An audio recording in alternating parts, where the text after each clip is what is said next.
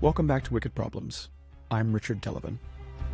The phrase out over their skis, they got a little bit ahead of themselves, came up several times. If the tech is viable, we need to know because somebody else in the industry can pick it up and run with it.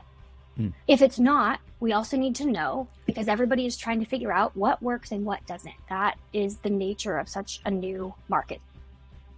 London's got some great events that take place as part of London Climate Action Week, and we just felt there was definitely a gap for like an event that targeted the business investor, and that's really what our aim is.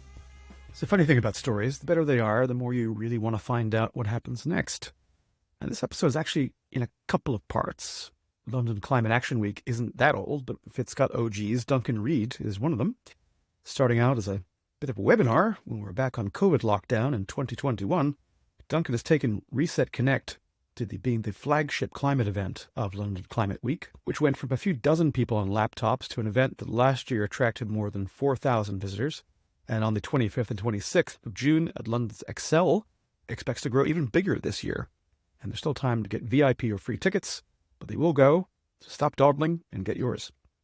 We also bring you a two-part conversation about the carbon dioxide removals market that turned into chasing a breaking story across 8 time zones. Intrepid reporter Maeve Allsup of Latitude Media first talked to us to give us background about the U.S. Department of Energy's plan to select CDR companies to make purchases to help accelerate that market, and we were going to pair that with an interview with Vaulted Deep, one of the finalists, and we hope to bring you that interview in the future. But in the meantime, another company entirely, the ocean-based CDR company Running Tide out of Portland, Maine and Iceland, announced last Friday it would cease operations. The company had raised $54 million from VCs, at one point had 100 employees, and said it had sequestered 21,000 tons of CO2 in the waters off of Iceland in Q1. But something went wrong. So at 5 a.m. my time here in the UK and 9 p.m. for Maeve in San Francisco, we spoke again, and we catch up on what we're learning about what happened at Running Tide. And if you're like us, you're going to want to understand what that might mean for the carbon removals market more broadly. So it's kind of 3 episodes in one. Dear listeners, we're out here working hard to bring you right inside these stories as they develop. So to keep us in caffeine, why not drop a quarter in the tip jar at wickedproblems.earth and leave us a rating and review on Apple Podcasts and Spotify. As always, thanks to Sun Sharma for providing our theme music, and thanks to my guests for spending time with us. So first, here's my 2-part conversation with Maeve Allsup, the first part of which I recorded in a car on the way to an undisclosed location in Norfolk to meet up with Stephen Markley, the author of The Deluge, who we hope to have on the show next month. Enjoy. I'm Richard Delavan. I am sitting in a car park somewhere in Norfolk outside of a travel lodge, trying to do some reporting, trying to do so many things at once. And here I am with a wonderful guest, Maeve Allsup from Latitude Media. Maeve, thank you for joining us. Thanks so much for having me. I'm excited to be here. Well, I'm sorry for the random, this isn't our normal studio location. It's not like, comedians in cars type vibe, but I appreciate you rolling with it. But look, we asked you to come on because this week we're doing a lot of stuff on carbon removals, which is kind of your specialist subject. So I wonder if you could tell us a little bit about the story that you wrote a couple of weeks ago about what the Department of Energy in the U.S. is doing to really kind of help shape and accelerate the development of a carbon removals market in the U.S. Yeah, absolutely. So the story that you're referencing that I wrote a couple of weeks ago is sort of a deep dive into the U.S. Department of Energy's pilot program procuring carbon removal. And it's a pilot program that has been in the works for a little while. And essentially the news that came out a couple of weeks ago was the first round of companies, the companies that made it past the initial application process to be considered for the final procurement. And I wanted to dig into that because government procurement is not a new concept, but the way that this particular pilot is structured is a little bit unique, a little bit confusing. And I really just wanted to get a sense of where the department thought that this was going. And so just to recap on the news, so as you say, they've kind of advanced the process, narrowed down the companies that they might be working with to select to actually do this purchase.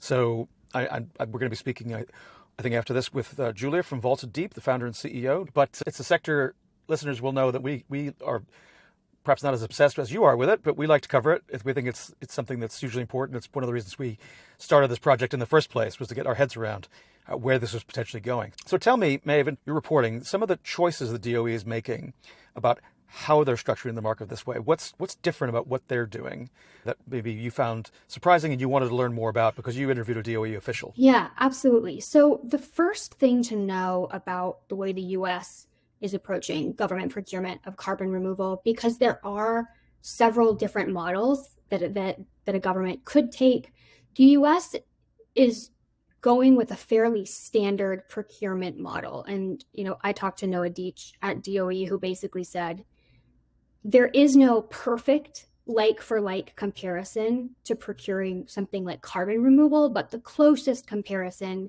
in the eyes of DOE is renewables, wind and solar, for example.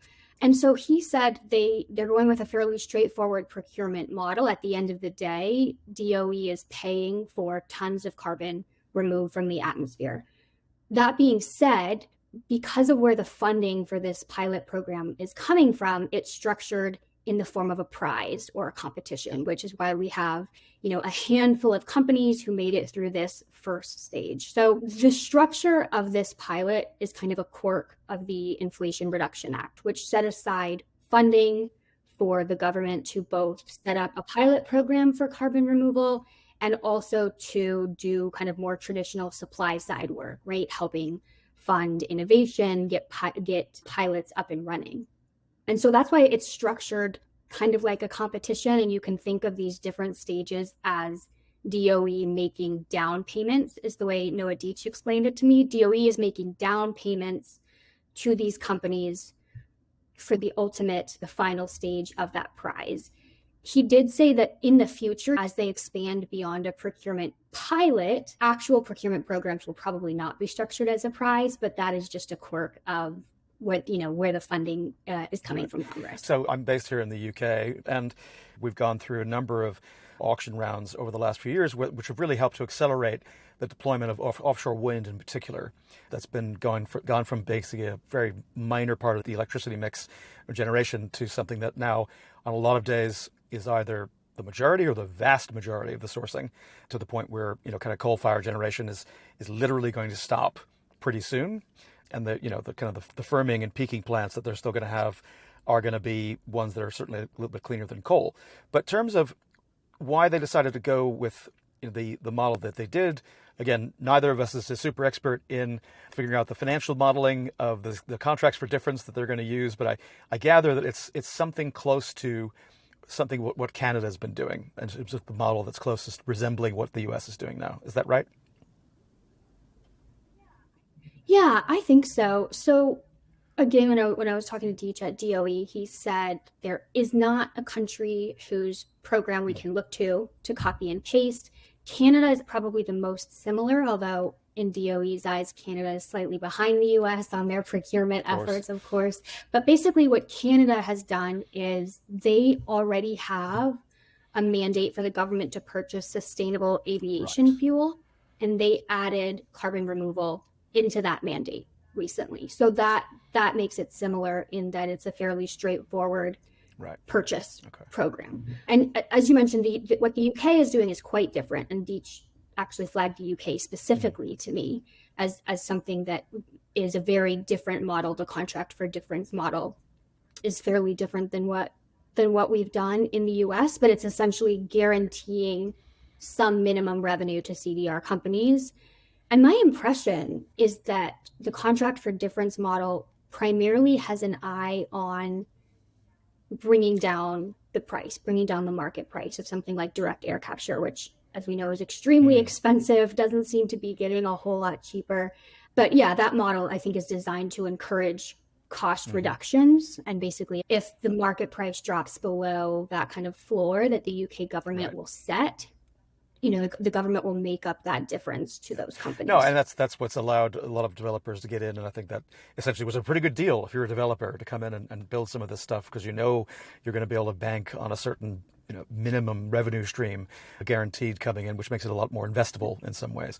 But interesting. We'll see how that goes. So, and this is important because, we talked to Robert Hoogland about the structure of the market. Look, he is one of the founders of CDR.FYI, tracking all the different purchases.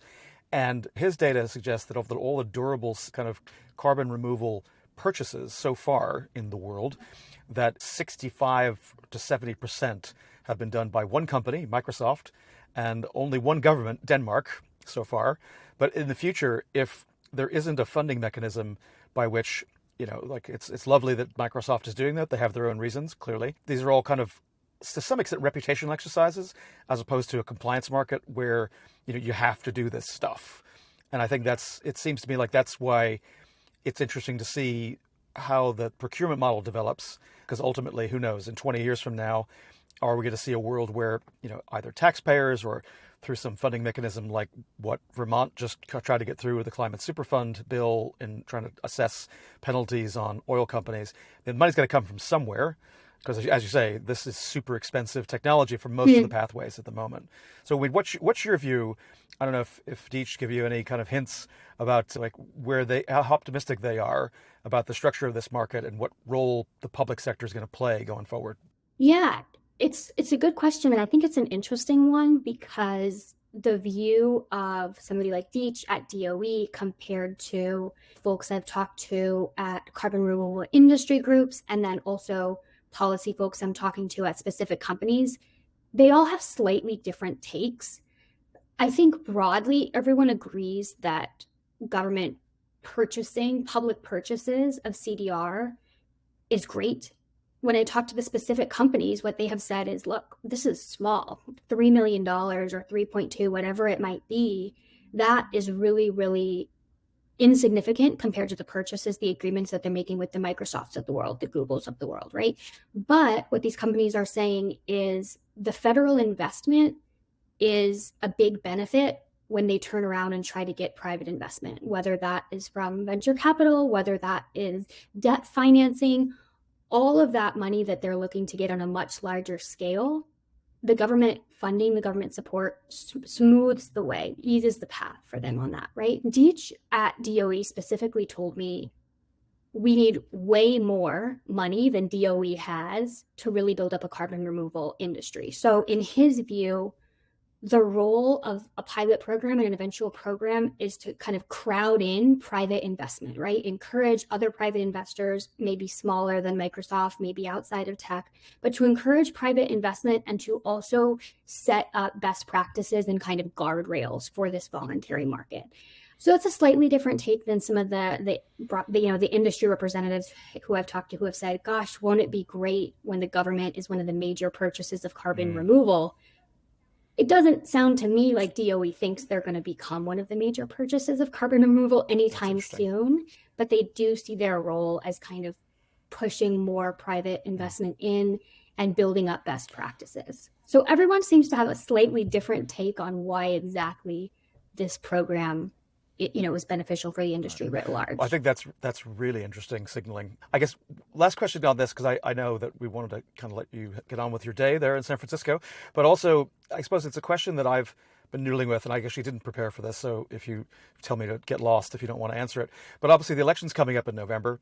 It's one of the things that as an industry, as a subsector, this nascent kind of technology, it does feel like of all the things that might, you saw one of the candidates, let's just say, getting up on the podium and saying, my first day, my executive order is going to kill offshore wind. No more offshore wind. Whereas carbon removal feels like it's in a very different kind of place where lots of people can be friends about that. So I just wondered if you had any views about any optimistic or pessimistic takes that you've heard from sources about whether they think that they might be the special exception child that survives any cull that happens if the election goes a certain way in November. Yeah, it's a good question. It's definitely a conversation that is playing out right now as far as what changes could happen, which changes are likely to happen, funding rollbacks, pilot rollback. I would say my take on this, and having just come from a conversation with a couple of industry folks, is that one of the bigger challenges that CDR is facing right now in the US specifically is really garnering investment, not monetary investment, but I guess garnering buy-in and support from the local Yes. communities where we're trying to build out all of these first of a kind Mm-hmm. projects, right? So not to say that there's not going to be some changes at a federal level. I don't know. But I know that the industry domestically is really trying to navigate local politics, right? Local stakeholders, environmental justice stakeholders, labor stakeholders who have concerns about an unproven technology, an expensive, unproven technology being built out in their local community. They're concerned about pipelines. They're concerned about, the government spending billions of dollars on these pilots when the local communities maybe have other things they would like the government to be funding in their areas. So I would speculate that the industry's big focus now and in November and onward is really going to be at that local level, particularly because a lot of funding is coming from the private sector at the moment. Well, look, I mean, I think you've been very generous with your time, Maeve. We really appreciate it. I hope you'll come back. You could keep us informed on your beat and how the story develops. Thanks so much for having me, and looking forward to chatting again. And now the second part of my conversation with Maeve, not in a car, about running tide. Maeve Allsup, with Latitude Media, we got to stop meeting like this. At least I'm not in a car. I'm not in a car this time. How are you? I'm well. How are you? I know it's very early for you. Look, I really appreciate your time, and because I know you keep East Coast hours so for you this is super late. So we're catching up because there's been some news since we last spoke, and that Running Tide, one of the earlier kind of ocean-based CDR companies, announced on Friday that they were going to cease operations, and because we'd spoken last week about the DOE's program, I thought, like, gosh, it would be silly to put something out and not kind of catch up about this if we could. But you've had a busy day, so tell us. What have you learned? Yeah, well, I think it's an important and related conversation to government procurement in that a lot of the buzz right now is about the impact that the voluntary carbon removal market had on Running Tide's ultimate failure. Should I give a little bit of background? Would that be helpful on Running Tide? Yeah, jump right in. So Running Tide, as you noted, has been around for a while, right? This is a company that has had quite a bit of buzz, positive and negative, for several years. And I think one key thing going into this conversation to know is that, like a lot of startups, Running Tide has shifted their model, their approach to marine CDR a couple of times. So their big picture pitch was that they were moving carbon from the fast carbon cycle to the slow carbon cycle. And initially, they were going to do that by growing a bunch of kelp, putting it in these biodegradable buoys and sinking them into the ocean. And that has morphed over the last couple of years. And I think what they had pitched to work on in Iceland was sort of a three-pronged version of that approach, where they were going to, one, sequester carbon via kelp. They were also going to store fixed carbon because the buoys that the kelp would be on would be made from wood that they brought over from Canada. And they were also going to increase the alkalinity of the ocean by covering these buoys in limestone. So this kind of three-part solution. And they did end up deploying, I think they said 19,000 tons of those buoys last summer. But notably, those buoys didn't have the kelp spores on them. So it was just sinking biomass. And that is the 21,000 tons of removal that they're accounting for and that they announced in March for their sale to, I think, Microsoft and Shopify and a couple of others. So there has been this evolution of how they're approaching removal. I think that's an important starting point to understand what happened. Right. And again, they have attracted, like you said, attention, both positive and perhaps some questions. I know that another publication published something a couple of years ago about a number of scientists who kind of parted ways with the company in terms of perhaps differences over some of these pivots in terms of the methodology. So what have you learned about how things came to a head over the last couple of weeks? You're obviously been working the phones all day. So if our listeners can benefit from your hard work, what have you found out? Yeah, well, let me preface this by saying that I have not managed to get on the phone with anybody inside Running Tide, perhaps unsurprisingly. But basically, there are probably several elements at play here that ultimately led Running Tide to failure. And most people that I talked to today, academics and analysts, have said it is really hard to know without being inside the company what was the exact balance of all of those factors, right? Are there problems with the voluntary market? Yes, there are a lot of problems. It is a big challenge for CVR. Generally, somebody described it to me as kind of a gauntlet that the industry has to go through. This market that has faced so many problems and in many ways is shrinking in order to get to commercialization. And this touches back a little bit on the conversation we had about government procurement. So there are problems with the market.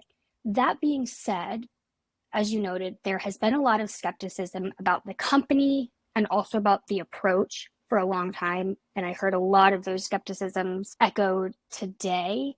The phrase out over their skis, they got a little bit ahead of themselves, came up several times. And I think there is this narrative happening about whether the specific approach that they took should still be in research mode and verification mode rather than selling, rather than it at commercial scale. So that was definitely something that came up. We also, most of these offtake agreements that are happening in the voluntary market with Microsoft, with others, whether that's DAC or Marine CDR or anything else, they do tend to be private, right? Like we don't know the exact ins and outs of what criteria Running Tide might have had to meet, what milestones or timelines. So we don't know whether it maybe just wasn't able to meet those or if it wasn't able to sell new credits. At this point, we really just don't know. Right. And I think it's, again, I suppose a lot of people, because the industry or the sector, I suppose it's not quite an industry just yet, has attracted so much attention is because obviously the hopes are very high, which sometimes does lead people to want to conclude things that maybe are not yet in evidence when it comes to, kind of proving things out. I'm not suggesting that that's the case in this case, but obviously in the history of startups, that is not the first time we would have ever heard of that, right? So I suppose that's the question is whether or not I guess, are you getting from other people watching the market a lot of anxiety about, what this might mean for confidence in the overall sector? Yeah, it's a good question. And I would say what I'm hearing is two sides to this, right? As you noted, in every sector, as it matures, most startups fail. Like that just is the reality. And most most venture capitalists, they know this, right? They expect this. They back companies with that expectation that most of them won't fail. And when you talk to people out in the industry, they say that, right? They say carbon removal, yes, we're moving quickly. There's a lot going on, but it is still too early to know what is going to filter up to the top? What are going to be the best pathways, the best companies, the best models for purchasing? So that's kind of a common trend. And I think that maybe this is indicative of movement in the market, right? It's not necessarily panic mode. And I did hear that expressed, right? Like we should actually expect more of this, more bankruptcies, though Running Tide explicitly said they didn't go bankrupt, but more bankruptcies, more failures. As the market matures, we should expect to see more of that. And in some ways, it's just the natural progression. Now, the other side of that, and I did talk to some folks in the federal government, which is doing a lot of funding of research projects for measurement and verification of marine CDR. And there was a lot of concern there that it could be kind of bad PR for marine CDR in general, but also hope that it'll push people towards the research that is happening at universities around the country and around the world, of course. But yeah, I think there are two sides as to whether this is a good sign or, whether this could pose some challenges. Not a good sign, but as to what this indicates for the industry. But I think overall, was there any surprise that this happened? No. Right. I guess for me, I suppose the first thing I thought was seeing the news that, oh gosh, that maybe because there were so many people I saw in some of the coverage. There was an Icelandic paper that had a story which ran some quotes from academics, including one at the Sorbonne, saying like, well, this is why we shouldn't let startups involved in this kind of thing.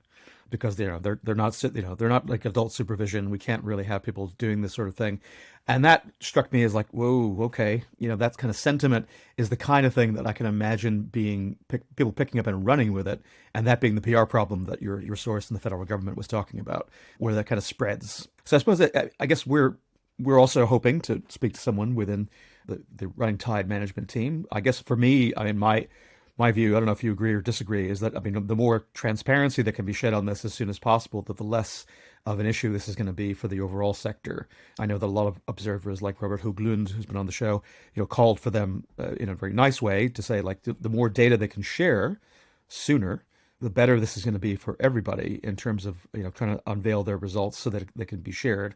And I suppose for me, this is going to be an interesting test to see whether or not can you even do that if you're contractually obliged to not do that? Are there constraints about what you can do? What's your view? What do you expect to see? Yeah, I also chatted with Robert, and I think the point he raises is a good one, right? If the tech is viable, we need to know because somebody else in the industry can pick it up and run with it. Hmm. If it's not, we also need to know because everybody is trying to figure out what works and what doesn't. That is the nature of such a new market. So either way, I agree. It would be really good to get more details.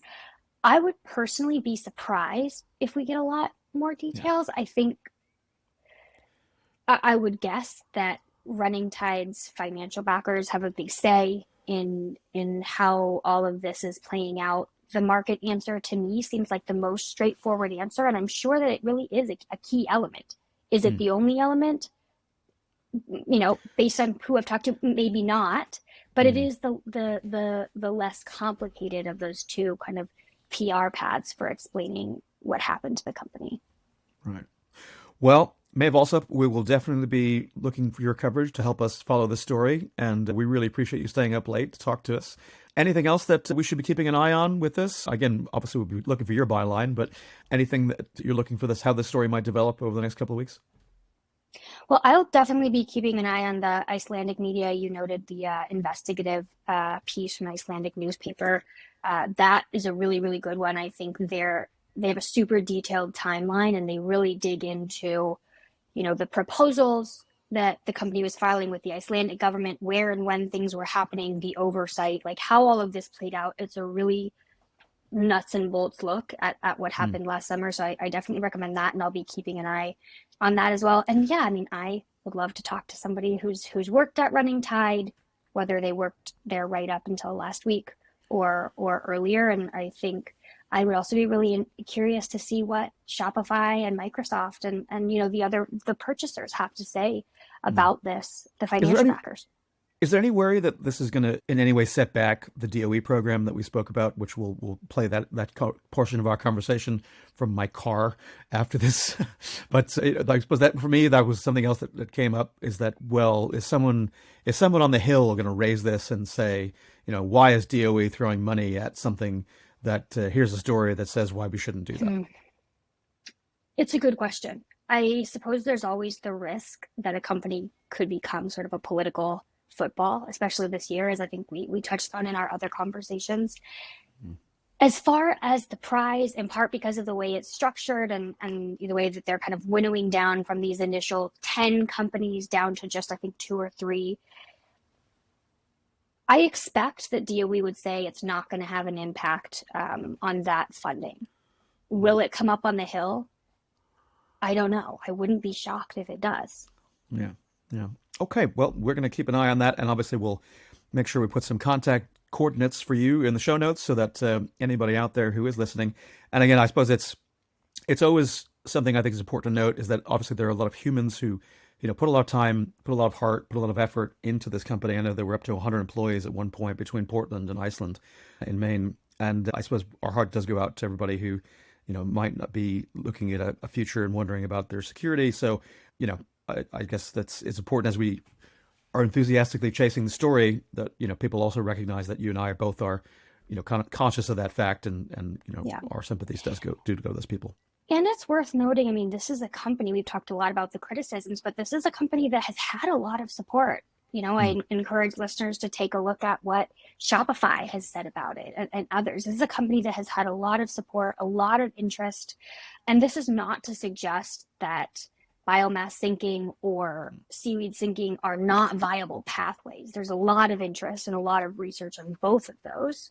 And that's why it's so hard to say what elements combined might have, could have, as somebody put it to me, it could have just been like bad timing, bad finances, this convergence of bad luck. And that happens to a lot of startups. Unfortunately, it's not a unique story. And as I noted, it could be a signifier of the market evolving more quickly than people expected.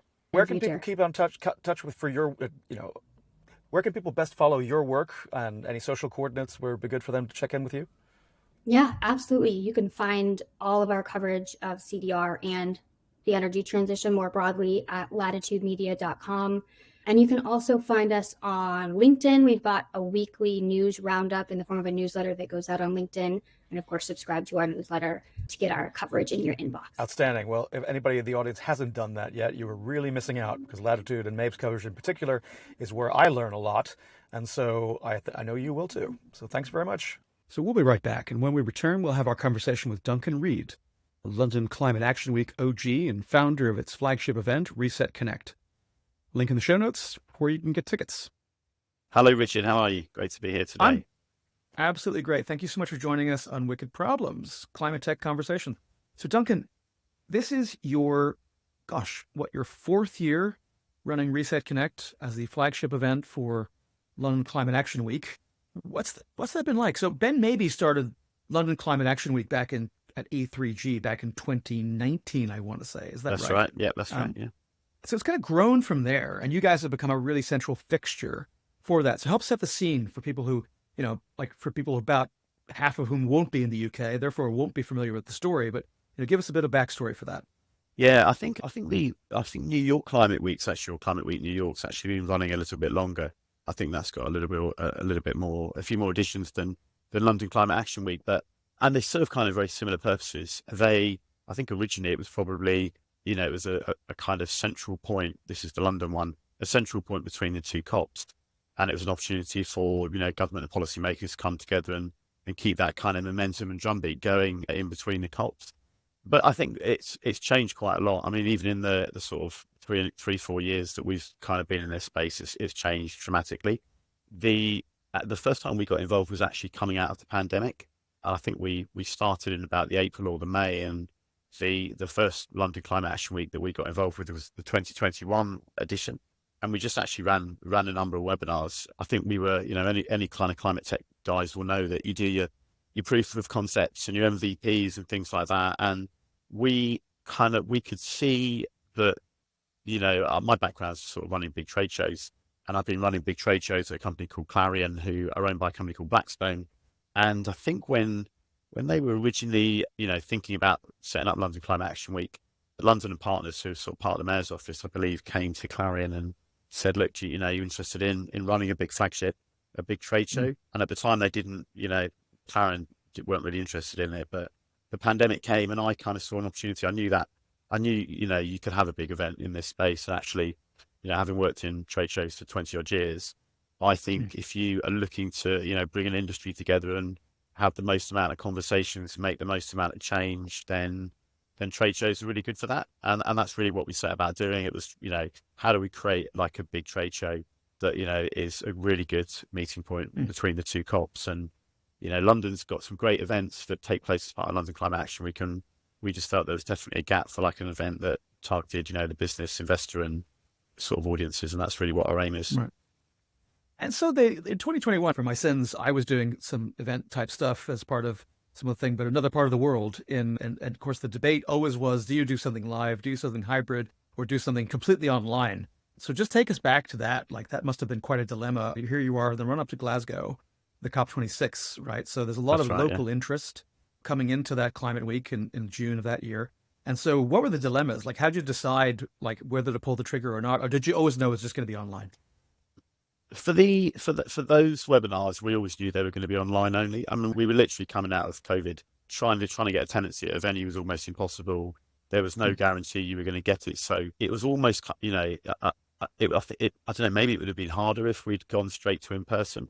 But because we were, I think we had about just over 1,000 people come to the webinars that year. I think we did like half a dozen webinars over the week. So, in the space of about 2 months to go from a standing start to getting that many people attending some webinars was pretty good. It certainly showed there was interest. I think 5 of the 6 sessions that we ran were really, really well attended. And one of them wasn't. I can't remember which one it was now. And then we just sort of, we knew for the following year they were the kind of the sort of the cornerstones or pillars of the event. And, and that's really what we sort of built ever since. And we look to, Right. we look to get 50 to 100% growth on the show. I mean, we aim to double it every year. And I think, the event's looking really good this year. And our plan for 2025 is to do the same. I mean, some of the speakers we've got this year versus, those first webinars when we were having to sort of, beg people, like some of the climate tech companies, getting your first couple of clients is always very difficult. So yeah, we were definitely putting in all the favors on that first one. But yeah, it's grown exponentially, and I think that's probably, a fair reflection on the sector. Really, I think the sector has, will continue to grow. And my thought always was when we set this up that it was probably, maybe how fintech was 10 or 15 years ago. 10 or 15 years ago, everyone was using checkbooks. No one was using apps on iPhones. I'm not even sure iPhones existed. And you could just see how we're going to kind of measure and report all of our carbon emissions, and how we stay on top of all the regulations, and how we ensure that we've got good D&I policies across all our businesses. Tech underpins everything that we do. And whether you're measuring methane emissions or whether you're trying to work out the kind of broken food system and how to repair it, technology kind of is going to sit at the heart of all those challenges that we as a species have got. In addition to the scale, I mean, last year, I think looking your kind of brochure, kind of material you put out, you're saying you had 4,200 visitors across the 2 days, 345 speakers. So, like, what's the growth going to be like? What's going to be like this year? Yeah, and our aim for the event this year is to get about 7,000 attendees. That's kind of where we want to be. Speakers up to about 400, which is just over 200 again, 250, something like that. We're hoping for. There's still, I mean, we're about a week out. There's still people phoning us up now, wanting to book stuff, which again, we sort of do, we get ready for this the whole year, but lots of people will just, I mean, half our registrations come in, the last week or two as well. Right. So there's a phenomenal amount of people who, I mean, it's like anything, it's like, it's only those, it's only Glastonbury that gets people booking, a long time in advance. Every other event organizer has to sort of, bite their nails for the last couple of weeks, hoping that the people will register. Well, I'm sure the folks at Worthy Farm will be interested in having it, hosted out there next year. So, I'm sure I could hook you up with them. Anyway, but look, so, I mean, this year, in addition to the scale, I mean, how else has it changed, right? When you first started, this was, I mean, I want to say, again, I wasn't here in London at the time, but it feels like it was unique on the scene. Yes, New York had already been happening, right, as far as Climate Week, but in terms of actually having an event like this, whereas now, fast forward a couple of years, and you've got the Net Zero Festival the Business Green puts you on, you've got Innovation Zero, you've got these other events on the calendar. I was joking with a reporter from Semaphore who's been on the show, Prashant Rao, who's basically said, like these, it used to be like you had to go like there were twice a year, and now you could basically go literally from one place to another in London on a given day and go to a climate tech event. Yeah, absolutely. And how do you stand out? Yeah, and I think that's good for the sector. If you look at any other, if you look at food, for example, there are every single week at Excel or Olympia, or the NEC, there's an event about food, and I think that you start to get the measure of a sector when when there are a huge amount of plethora of events kind of happening, all concurrent and all on different weeks. And I think I think the way you stand out is you really just need to try and understand your audience and try and understand what their needs are. And for us, there are kind of four main audience types or personas that we basically look to try and serve. And one of them are sort of government and policymakers. Part of that is like a international level between the COPs, but a lot of it is sort of local authority, London boroughs, UK councils, and municipalities across Europe and stuff like that. So that's definitely a core audience. Those they're either looking to kind of share initiatives that they're already doing, or or they're trying to take the businesses in their area with them. And that's really the second audience is, that are sort of international corporates, whether they're like sort of big FTSE or NASDAQ companies all the way down to sort of mid-cap and SMEs. And I think those guys really have got, a lot of the policy, I think, kind of there, and governments have signed up to it, sort of with Paris commitments and so on. And so what we really try and do is, that business community at the event, we're trying to help them learn from each other. That those that are, working with science-based targets, try and get them on the stage, talk through their transition plans, the challenges they're having, what's working, what's not working. And as part of that process, you hope that, some of the guys who haven't maybe got on the journey yet will come and listen and talk about what it's doing. The other bit that's quite interesting, though, that, what our event has always tried to do is it's all about cross-sector transformation.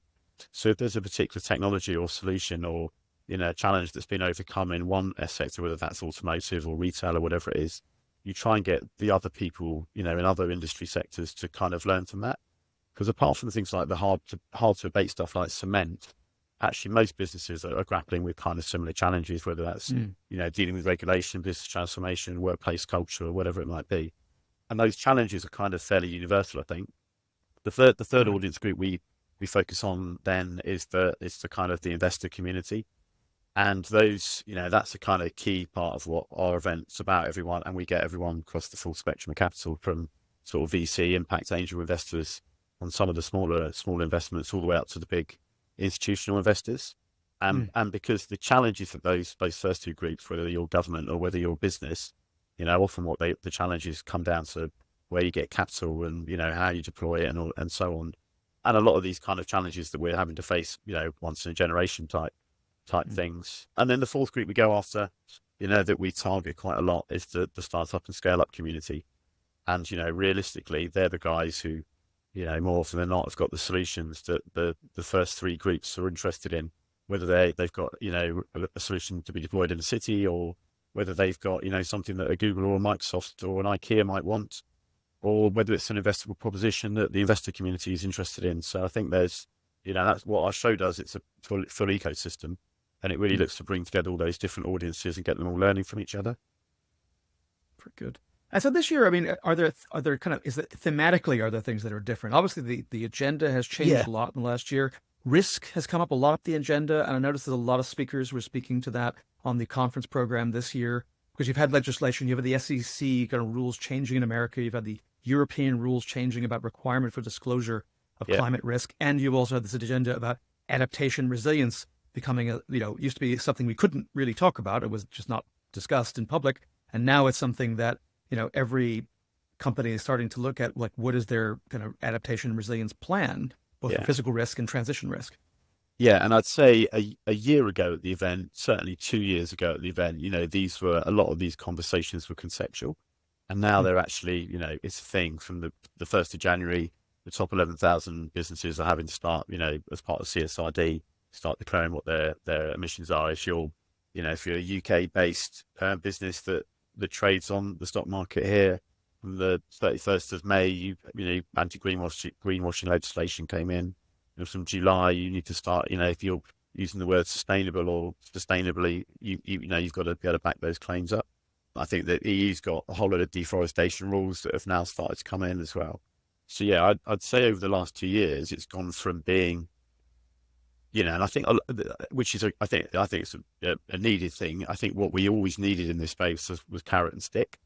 And actually that's, we've got some of these now. I think, staying on top of all the different acronyms can be quite a challenge.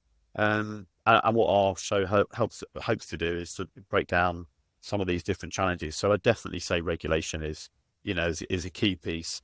And a lot of the exhibitors actually at the show, if you're trading across multiple territories, actually staying on top of all the different bits of regulation across all the different territories is hard. And, we've got companies like Sapien and other guys at the show that, help all these sort of large multinationals stay on top of this. So I'd say that's definitely a theme. I'd say probably the investor landscape has kind of, certainly at the sort of smaller, maybe Series A, Series B, C level, the market's softened a little bit. So I think, we've actively gone out there to try and find some of the investors that are still making investment decisions in this space, and and look to bring them to the event. We've got a new tournament this year called Pitch and Invest, which is a sort of a bit like Dragon's Den or Shark Tank.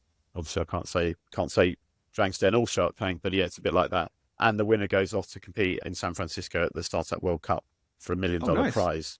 Yeah, so wow. Again, that's quite new. And if you are if you're looking at getting into this space, I think you start to look at programs like that, and other, lots of events, but you start to look at some of these programs that some of the events are putting in, and that for me is certainly one of the ones that makes us, stand out over others that I've seen. It's great. I mean, I suppose it's. Do you worry that, I suppose, that when as climate kind of follows the curve of digital, right? So 20 years ago, when you or I were younger men, digital was like the new thing, and everyone had to get their heads around, like, to understand what it was going to mean for transformation within organizations, et cetera. But then it kind of became kind of just de rigueur. We just got bedded in. We still talk about it, obviously, and consultants get paid a lot of money to be able to help organizations make the transition. But it's not as exotic a black box as it was 20 years ago. Would it be a mark of success that a conference like Reset Connect, winds up actually not becoming as sexy, as important? Would that be success in your mind?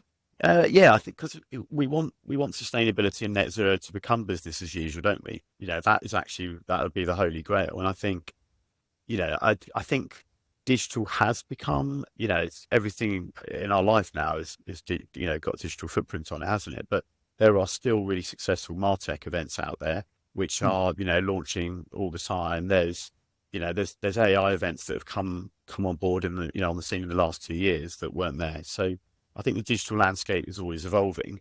And yeah, I mean, in 10 years time or 15 years time, I want, Reset to be a kind of very much part of business as usual, that companies have actually looked at, how they manage and deal with their workforce, and, they've looked at their kind of impacts on the environment. And, our keynote this year is a guy called John Elkinson, who came up with the triple bottom line theory in 1994.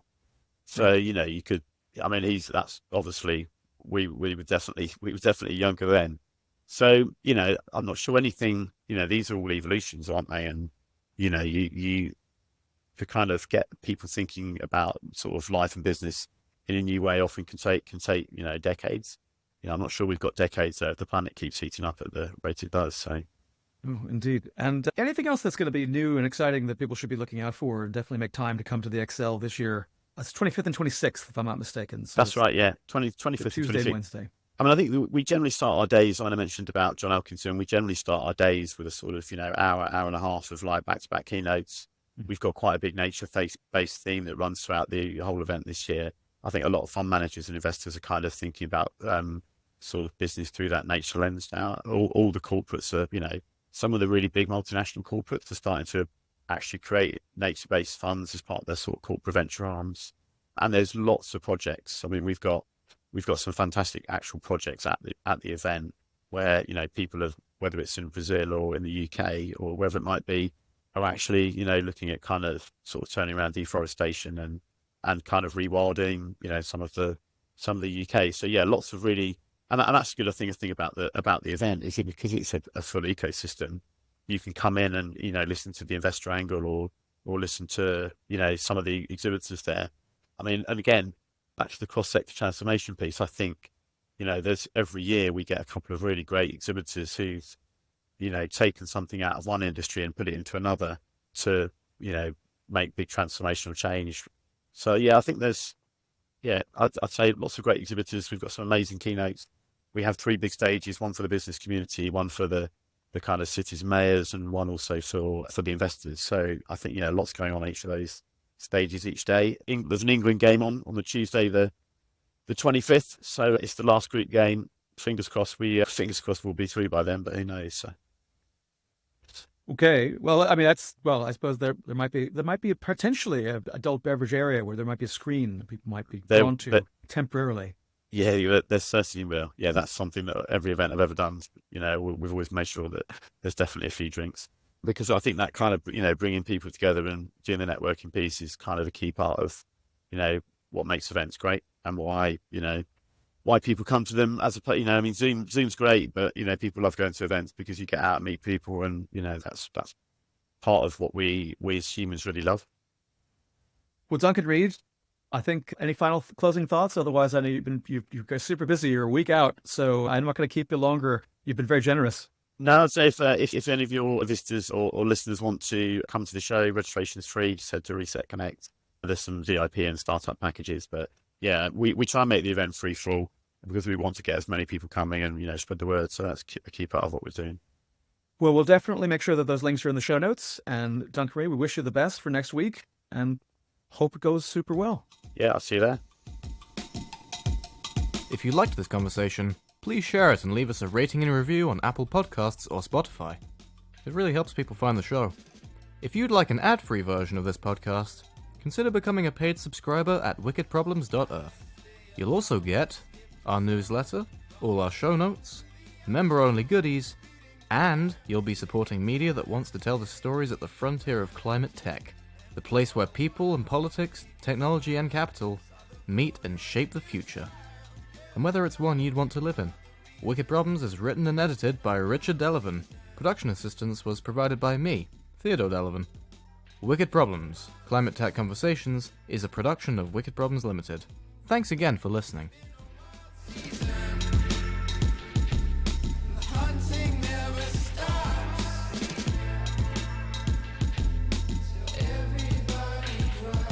I used to drink OE